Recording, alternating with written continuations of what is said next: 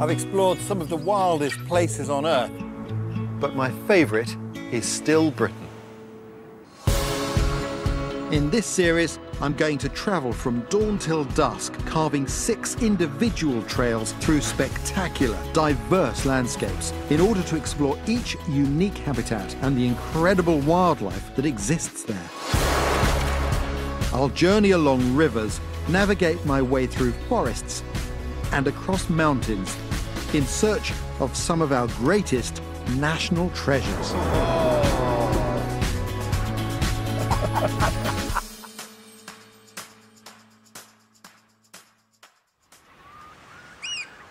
Well, it's a beautiful sunny afternoon, and this is a very tranquil beach.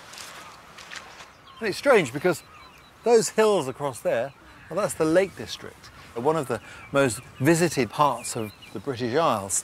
And this stretch of water is the Solway Firth. That puts me in southwest Scotland, in Dumfries and Galloway, which is a really quiet corner of Scotland, a place that still feels wild.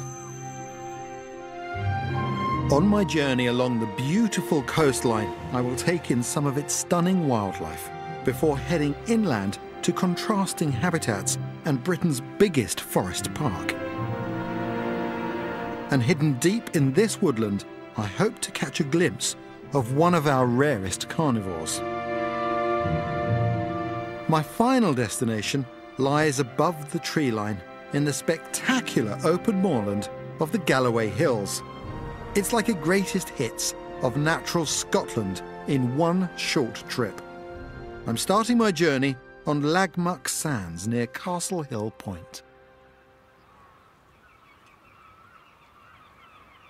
What a quiet, serene piece of beach. If I closed my eyes, I could easily convince myself I was in Tasmania or Northern Australia or somewhere like that. Especially when I look at features like this reef forming on the rocks here.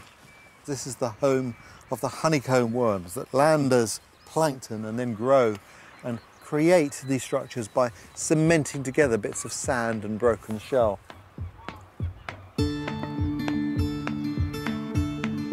Once there's a colony established, the scent apparently draws others in, and you end up with what is the marine worm equivalent of a high-rise tenement block.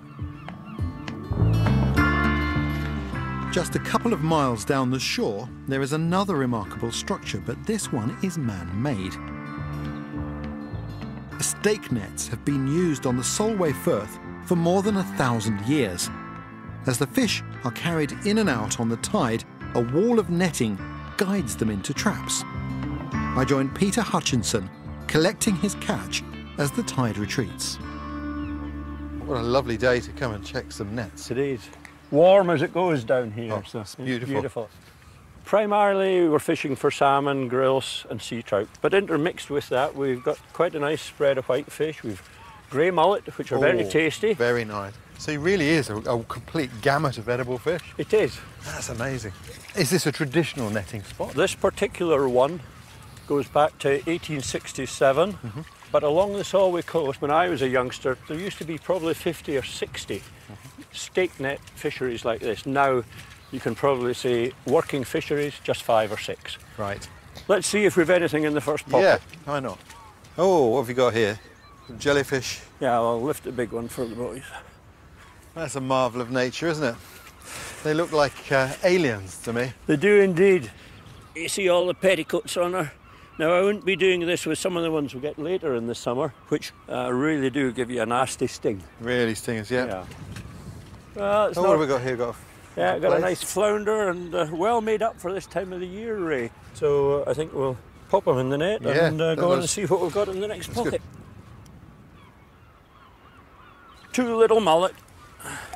Yep. They're smallish, but here their flavours are tremendous because they're living off the cockles, and you can see they're quite thick-lipped, almost the detachable fronts for breaking down the mollusk shells.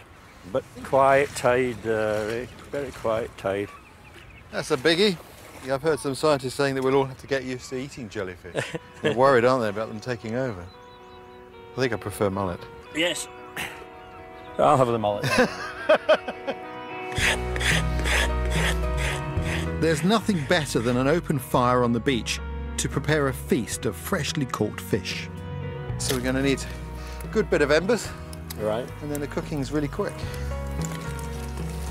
Lovely. There we are, And right? I'm going to put that, everything inside it still, straight on the fire.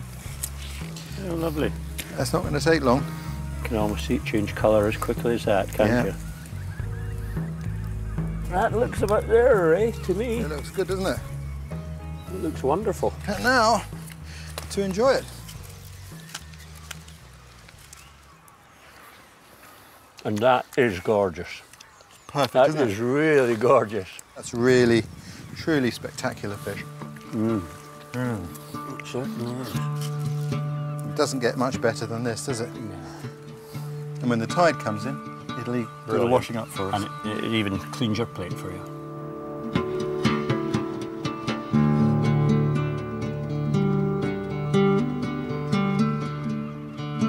That was absolutely delicious, but now I'm heading a little further down the coast to a very different habitat.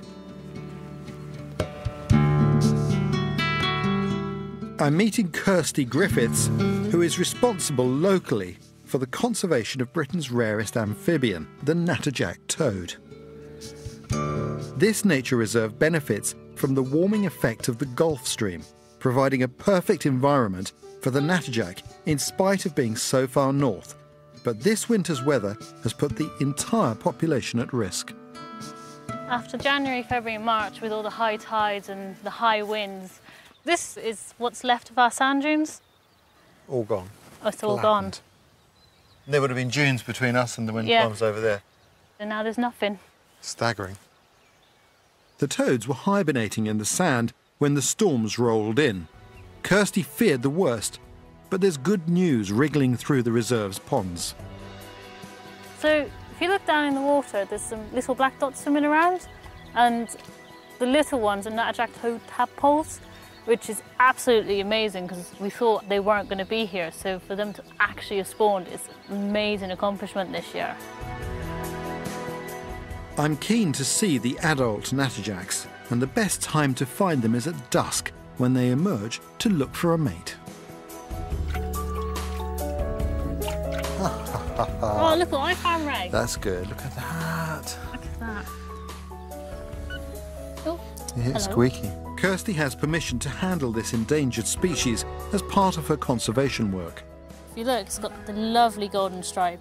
And each toad actually has their own dorsal walk pattern, which is a bit like our fingertips. So you can actually go and photograph them and find out exactly how many you've got, which is absolutely fantastic. identify individuals. Yeah, and I can see this one's a male, because if you look under the chin, it's blue under the chin, Yeah. and it's also got some black fingernails. And what they do is they use them to hold on to the female. So this one's looking for a lady tonight. He's quite vocal, isn't he? He is. Well, this is the sort of time of day when they come out and they start singing for their females. Yeah. Well, I guess it's time to let this one go back on his night out. Yes, and hopefully he'll be lucky tonight and find a lady. There you go. Really lovely to see. Beautiful.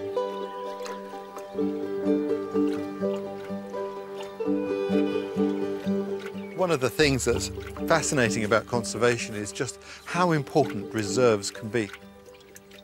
The natterjack toads survive here by miracle, really. Who knows what will happen in coming years?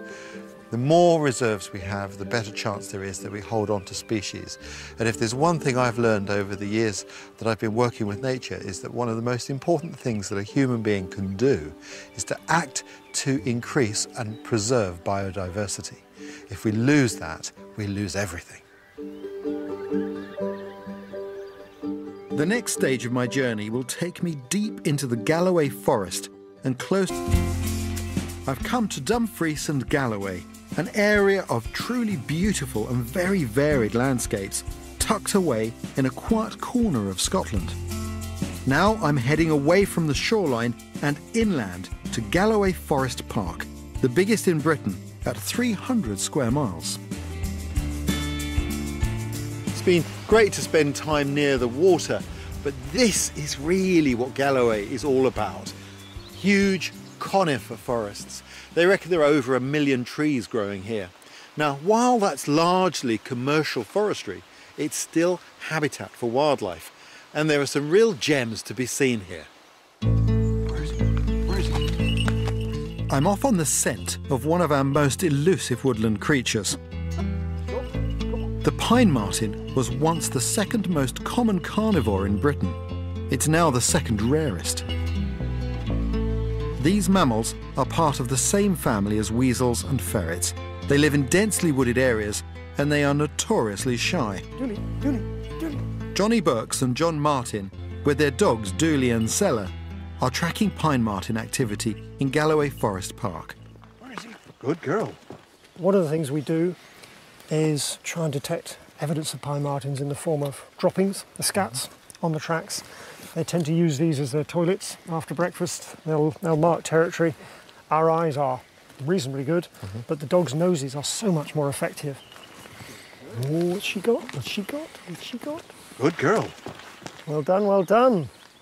What will you do now? Take a GPS reference for where that is? GPS reference to that, yeah.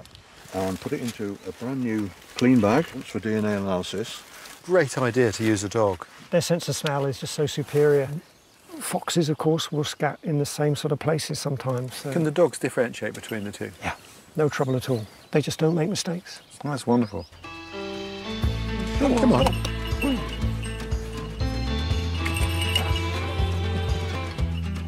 The reason we come to Galloway at this time of the year, late May, is because this is when the female martens have got their litters of kits.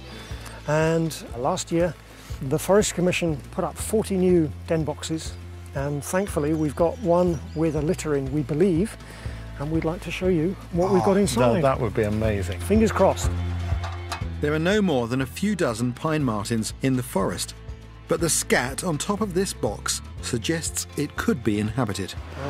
These are typical marten scat, slightly twisted, Like they've been dark. squeezed out of a toothpaste tube. Yeah. Yeah, quite musty. It's not an unpleasant smell. Not like mink, polecat, Yep, can absolutely. be quite rank. These Vile. are, wow, to me it's heavenly. I love the scent. I love the scent of I marten can't scat. believe we're having this conversation.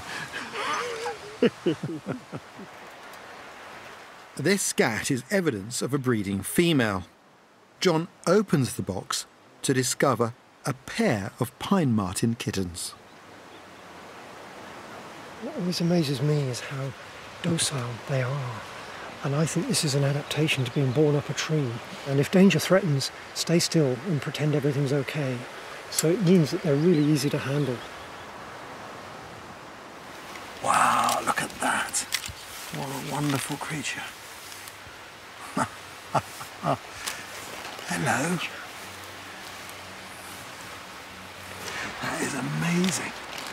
You see the strength of those? She's drawing my hand in now. Immense strength in her front legs.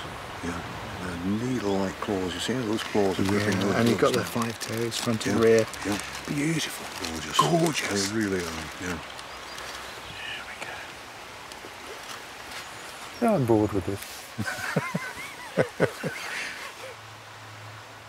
So the problems they've had in the past, was that persecution? It was two things really, double whammy. Firstly, forest clearance. It went down to less than 5% woodland cover in the late 1800s. And for a woodland specialist, that's really bad news. Then we had the Victorian and Edwardian gamekeepers came in on the act in the late 1800s, and they don't like pine martens because they're good at climbing into pheasant pens, and so that was an extra burden. In Scotland, at long last, they're doing pretty well now. Legal protection helped a lot, and then increased forest cover. What interests me is you guys do this all the time, but the sense of wonder is never lost. No, it's a privilege, it really is. Really. Time we got these back in the box, I Yep. think. There we go. That has got to be one of the neatest things I have ever seen in my travels. Pine martens are very special. They're so difficult to see. And to see those young like that, what a privilege. Quite wonderful.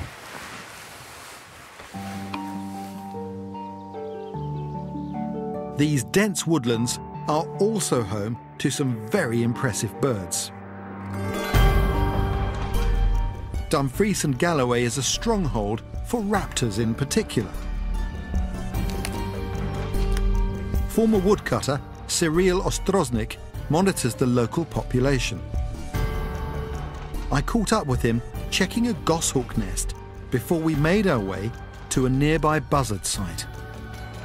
Like many birds of prey, this species has thrived as the conifer woods have grown. I can remember when I was a child going out with my father and there was only 2 buzzards' nests.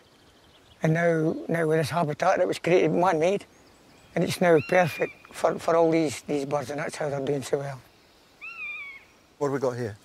You've got the buzzard in there. Fantastic. I like buzzards. They're lovely birds, like it. I'll probably end up putting a head net on down here because the midges are quite bad today. I'd watch you from down here. A midge is better up there, aren't they? There's no many up there, no. Yeah. That's why I'm off. I don't blame you.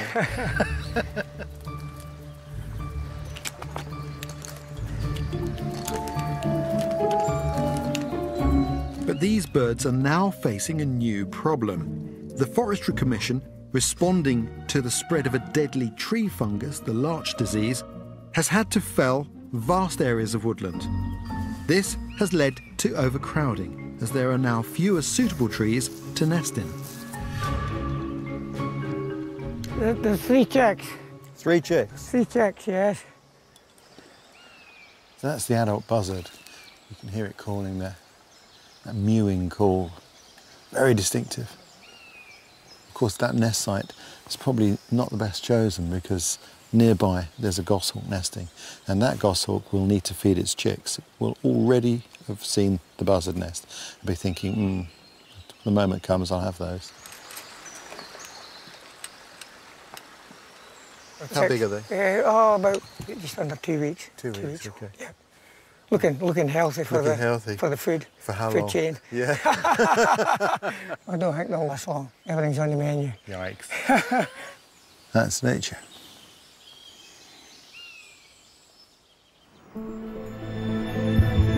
I don't want to leave Galloway without trying to track down Scotland's most iconic beast, the red deer.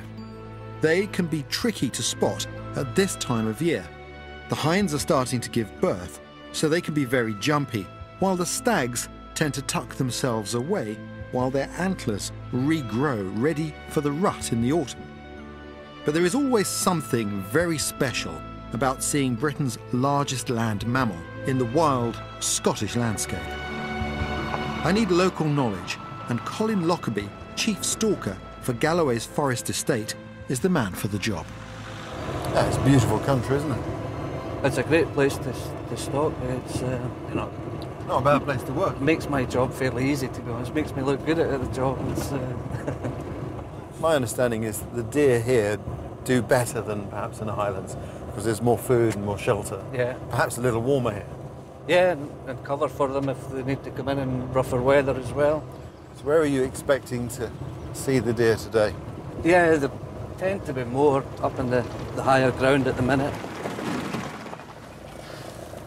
I think if we have a walk down here, Ray, lovely scenery around here. There's a loch just down here, but I'm fairly confident we'll see some reds around here.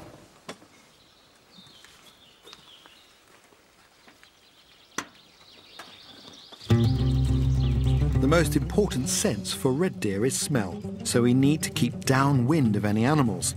But they are also incredibly alert to unusual sights and sounds, so we move slowly and quietly along the edge of the tree line. Yeah, Ray, there's a few up there. You see where you've got that brown patch, Ray, on the left?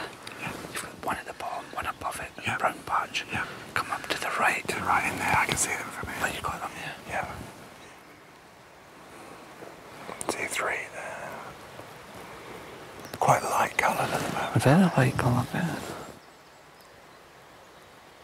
I mean, it's an interesting deer, isn't it? Because it really is. It's a woodland animal, but it handles the hills really well. They must like it here because they've got a little bit of both, haven't they? The security of the high ground and the cover from the weather. Yeah. Rugged country. A lot of people get surprised when they come around here and see it. Don't expect it around the Galloway Hills. Yeah. But to get much closer to them would be quite tricky. Yeah. There's a good chance as soon as we cross the open ground there, they could be off. just take off, just yeah. be off up the hill. Or we could probably get down to the... Down there. Down yeah. there. Yeah.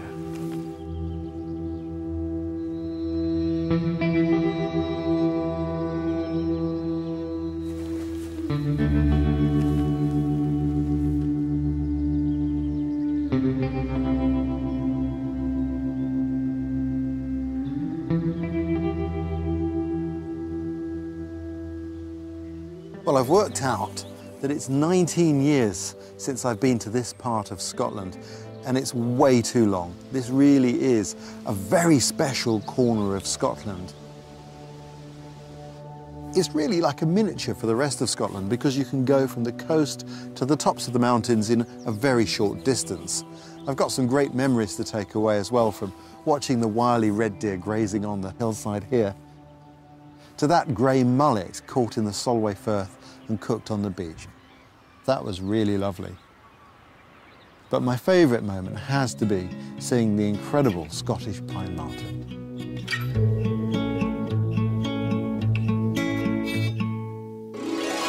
Next time, I will be in the Lake District to explore the wild landscapes of the magnificent Borrowdale Valley. That's lovely. Beautiful bird. And I'm reminded just how tricky British rivers can be to navigate.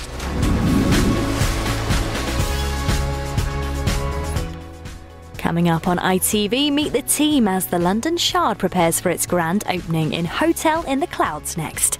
Then in an hour's time, find out if it'll be I Want to Break Free, We Will Rock You or Bohemian Rhapsody. You voted the nation's favourite Queen song.